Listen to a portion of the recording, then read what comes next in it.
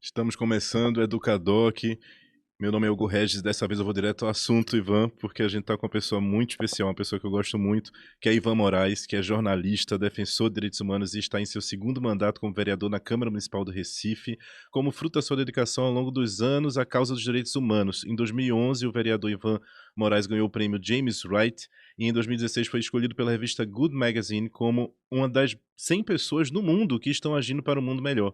Ivan Moraes apresentou 70 projetos de lei, tendo 23 projetos aprovados. Ivan, eu recebo muita gente aqui, mas tem gente que eu recebo que eu fico um pouco nervoso, rapaz. Não Você faço é uma não, dessas homem. pessoas. Gosto muito de você, lhe admiro muito, e esse programa ele é completamente seu agora. Ivan, a gente veio falar sobre violência na escola, mas me conta um pouquinho do teu trabalho, me conta um pouquinho da tua rotina, como é que estão teus dias, o que é que tu tem feito? Fala um pouco de ti. Falo primeiro agradecer o convite, né, rapaz? Eu adoro estar em rádio, adoro estar em televisão, adoro a oportunidade de conversar com pessoas que não estão necessariamente no ambiente da política, né? E meio que te respondendo já, hoje uma parte significativa do meu trabalho é chamar a atenção para a importância da gente participar dos processos de disputa de poder institucional. Eu, durante muito tempo, neguei esse espaço da política. Durante muito tempo, enquanto militante social, eu acreditava numa certa pureza do militar, sem se comprometer com os partidos, sem disputar o poder, sem participar dos processos de disputa do poder dentro dessas regras que nós não concordamos da forma com que elas são dadas. Mas com o golpe de 16 entendi que não dava mais para ficar fora e me espantei muito ao mergulhar nos dados e perceber o tão pouco de gente que de fato participa. A gente tem no Brasil, só para você ter uma ideia, mais de 160 milhões de pessoas que podem votar. Menos de 16 milhões estão filiadas em partidos, e se a gente for ver quem está participando mesmo é muito pouca gente. Então, muito do meu tempo hoje está dedicado a isso, e é uma alegria muito grande ter a oportunidade de conversar com mais gente. Estou no mandato, estou mergulhado no mandato. Faz 8 anos que eu não consigo fazer mais coisa além de ser vereador do Recife, né?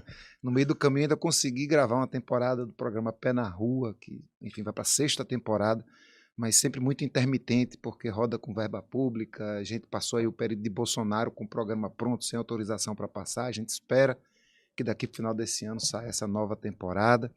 E no mandato, buscando fazer essa interlocução com a sociedade, a gente costuma dizer que nosso mandato, nosso espaço institucional conquistado, ele representa uma porta para todo mundo que se organiza na sociedade para lutar por direitos. E aí não podia ser diferente a forma com que a gente entrou na pauta da violência nas escolas também, né? A pauta da violência para quem luta por direitos humanos não é novidade, até porque, né, ao fim e ao cabo, né, a luta por direitos humanos sempre será uma luta de prevenção à violência, ou para que se evite a violência, ou para que a violência não exista. E o espaço escolar, cada vez mais, tem sido um espaço permeado pelo que existe na sociedade. A gente vive uma fase de radicalização, especialmente trazido por uma extrema-direita agressiva, violenta, que tem conquistado espaços. E aí eu acredito que não poderia não ser, né? Não entrar, não permear, não acabar também invadindo, eu não vou nem usar a palavra ocupando, mas invadindo o ambiente escolar. Então a gente tem visto não apenas nos Estados Unidos, onde a gente sempre via, mas no Brasil a gente tem visto um aumento dessa violência, a gente tem visto em outros países do mundo também. Então, mergulhei mais ainda nesse tema a partir de demandas que vieram da sociedade organizada, né, do Conselho da Assistência Social, do Conselho Regional de Psicologia, as pessoas que pensam a violência para além do efeito concreto da violência, para além do que sai na notícia, né, para além Sim. da comoção, muitas vezes artificial, trazida até pelos meios de comunicação. Ô, Então, Ivan, estamos aí, estamos deixa eu só te nesse corre, estamos perguntar. nessa luta. Quando você fala de violência, né? De que violência a gente está falando? Que violência? Que violência é essa que acontece no ambiente escolar? Rapaz, muitas violências acontecem no ambiente escolar. Quando chega na televisão, já chega na parte que o coleguinha deu uma tapa na coleguinha, ou na parte em que alguém jogou uma pedra em alguém, ou na parte que alguém jogou uma cadeira em alguém, ou no limite, na parte em que alguém assassinou, tirou a vida de alguém. Mas as violências que acontecem no ambiente escolar, elas reproduzem muitas das violências que acontecem na nossa sociedade. E a gente pode até tentar trazer um paralelo bem distante apenas para que as pessoas que estão nos ouvindo entendam o quão próximos estão. Quando se fala, por exemplo, da violência associada ao futebol. Quando se fala da violência associada ao futebol, você vai ver sempre algum caso que traz torcedores mais ou menos organizados, mas via de regra com a camisa de alguma torcida que se organiza, sendo partícipe de alguma briga ou, enfim, de um episódio horrível que teve recente, que é jogando pedras no ônibus da equipe adversária. Mas poucas vezes a gente vê a violência que o torcedor sofre. Não apenas a violência de às vezes ver seu time perder, mas a violência quando pega um ônibus e aquele ônibus lotado, aquele ônibus não está adequado ao transporte de pessoas naquele dia, não tem um número suficiente de veículos, compreendendo que já existia a perspectiva de existir aquele jogo e de haver um maior número de pessoas que demandam o transporte público.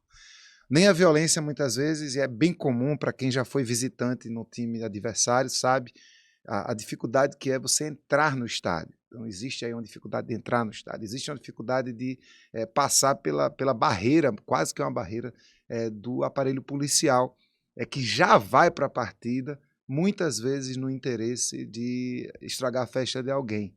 Então, o torcedor, especialmente o torcedor brasileiro, ele é muito mais vítima de violências do que ele é sujeito autor de violências. No ambiente escolar, além da violência autoritária do Estado, que muitas vezes impede a pessoa de ser quem ela é, você tem a violência, muitas vezes, e a gente tem, inclusive, projeto de lei sobre isso, você tem, às vezes, casos de violência de crianças que são de religião de matriz afro e que são impedidas de usar, às vezes, trajes típicos, contas, turbantes, por um gestor ou uma gestora de uma escola entender que aquele traje não é condizente ao ambiente escolar, enquanto o que vem com uma cruz no pescoço está condizente ao ambiente escolar. Ou você pode ter uma violência de uma pessoa que é trans, que está dentro do ambiente escolar, e que há professores e servidores que insistem em chamá-la por um nome que não é mais adequado, um nome morto, um nome que não é o nome social que essa pessoa adquire. Você pode ter violências de compreensão a partir do momento em que a comunidade escolar não entende as especificidades de estudantes que vivem em contextos de muita vulnerabilidade e que, quando chegam no ambiente escolar, quase que são convidados a sair de alguma forma, né? Tem uma amiga minha, Caia, que ela traz muito isso. Ela diz que tem muitas formas de expulsar uma pessoa da escola. Não é somente quando você diz que ela não pode voltar. Então, essa violência que existe na sociedade, que vem sendo radicalizada, infelizmente, nos últimos anos, aí a gente pode conversar depois, tem participação de comunicação, tem a questão de rede social, falta de controle, falta de regulamento, uma radicalização muito grande do próprio processo capitalista, que estabelece valores financeiros a corpos, que estabelece uma hierarquia de poder que muitas vezes não tem nada a ver com a tal meritocracia que se afirma. Mas quando se fala no senso comum de violência na escola, a gente só vai ver aquele uso do corpo exacerbado, ou mesmo episódios de violência mais grave, mas que são protagonizados por adolescentes, muitas vezes, né, pelos alunos e pelos alunos e alunas no vício de trazer a questão de gênero de forma mais ampla, mas que, via de regra, é protagonizada por meninos. O que traz para a gente uma outra discussão também, que é do papel do homem na sociedade, né, a partir da lógica do patriarcado. E aí, mais uma vez, a partir de um processo de radicalização, esse lugar do ser masculino característico do patriarcado, característico de uma época que a gente acredita que ela já deveria ter passado, né, que é o cara que resolve, o cara que usa violência, o cara que ele é superior, ele comanda, ele exercita o poder de várias formas. Eu acredito que a violência pura, se é que existe, ela é uma expressão muito radical do poder, né? Você, quando bate em alguém, você está buscando usar o seu corpo, você está buscando usar o que é teu de mais natural para oprimir, para vencer, para subjugar outros corpos. Isso é muito do patriarcado também. Então, existem muitas nuances, muitas camadas nessa cebola da violência nas escolas. E é muito infeliz, é muito antiprodutivo quando a gente entende que tem que atacar um problema e a gente entende, ou passa a entender, que o problema é o adolescente, né? Quando, de fato, a criança ou o adolescente ele é um sujeito dentro do ambiente escolar, que está dentro de uma comunidade, que está dentro de uma sociedade, onde existem relações de poder, onde existe violência, onde existe autoritarismo, onde existe opressão, onde existe diferenças sociais muito graves que precisam ser atacadas, que precisam ser, no mínimo, verbalizadas, elas precisam existir no discurso do espaço público. Então, é muito feliz quando vocês resolvem trazer esse tema para cá e resolvem trazer desta forma. A gente podia debater violência nas escolas, como algumas pessoas têm trazido, e infelizmente é um debate que ganha muita audiência. Então tem que botar a polícia dentro das escolas, tem que dar baculejo nas crianças antes de elas entrarem, tem que ter detectores de metal nas escolas. E são medidas inócuas, tanto que foram utilizadas já em diversos outros países com quase nenhum resultado, né? Então é isso. Não existem soluções simples para problemas complexos. A violência é um problema complexo. O ambiente escolar é outra questão complexa, e quando a gente junta os dois temas, precisa ser complexizado. Não pode ser simples, porque não é simples. Oi, Ivan, vou te perguntar, já sei a resposta, mas e as escolas militares? É uma grande roubada, né? Antes de discutir, aí vê para onde a gente vai.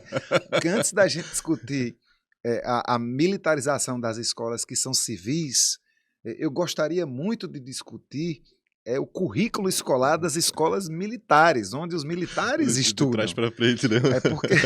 Porque, bicho, veja o paradigma que a gente vive. Isso é muito grave. A gente vive um processo em que nós temos um poder civil, até onde a gente sabe que tem um poder civil, a gente vive uma democracia formal, num sistema republicano, tripartite, com 3 poderes, em tese, que se checam uns aos outros, etc. e tal.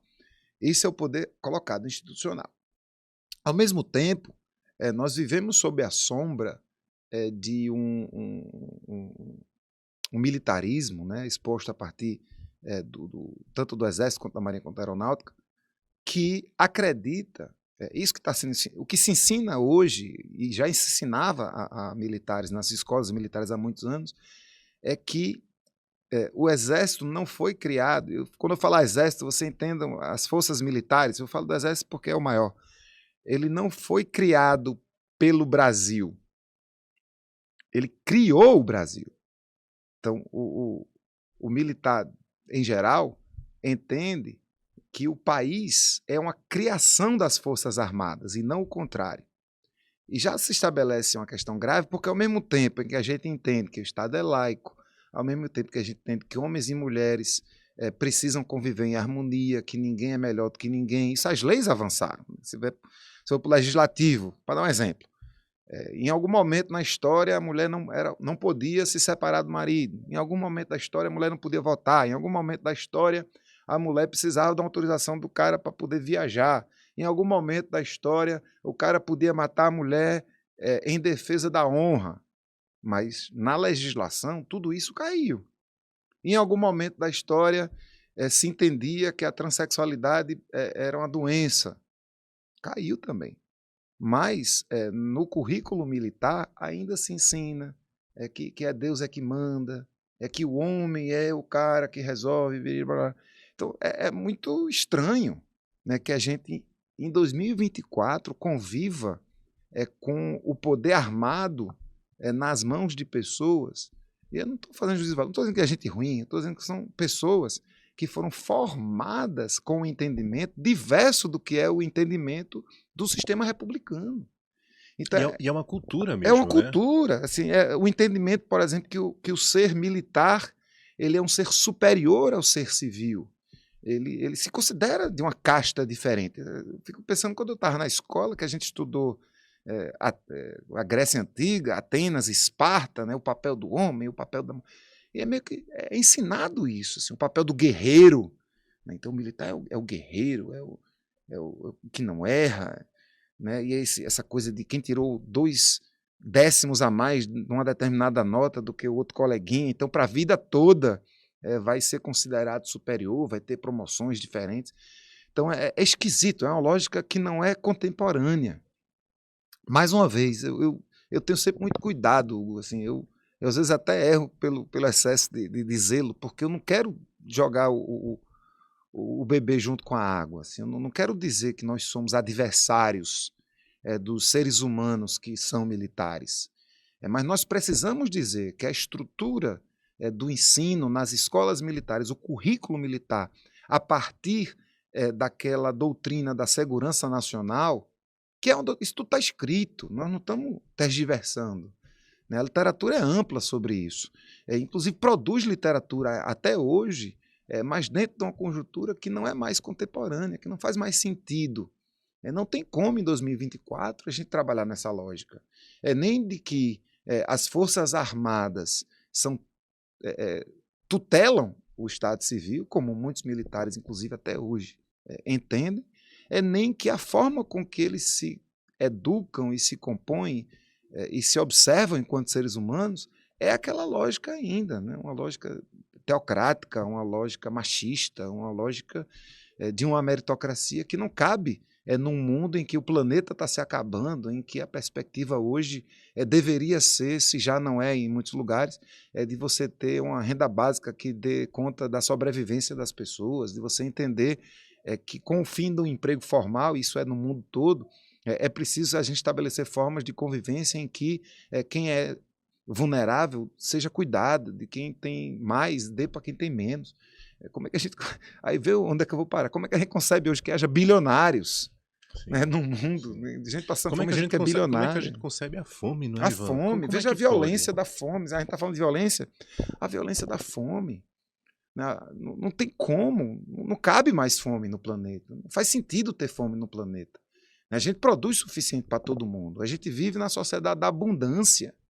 A grande questão que a gente devia estar se preocupando com ela, como é que na idade da abundância, como é que na fase da humanidade em que mais se produziu alimento, como é que na fase da humanidade em que a gente conhece mais tecnologia, como é que na fase da humanidade em que a gente tem uma capacidade produtiva que nunca houve antes pelo ser humano, a gente ainda convive com gente que não tem um prato de comida. Isso não se explica, isso não tem como se explicar. Meritocracia é que se exploda. E eu tenho dificuldade de entender até de onde vem um pensamento que muitas vezes se esconde numa lógica religiosa e que, na prática, é antagônico. Eu não estou falando nem ao cristianismo, a qualquer religiosidade organizada ou não.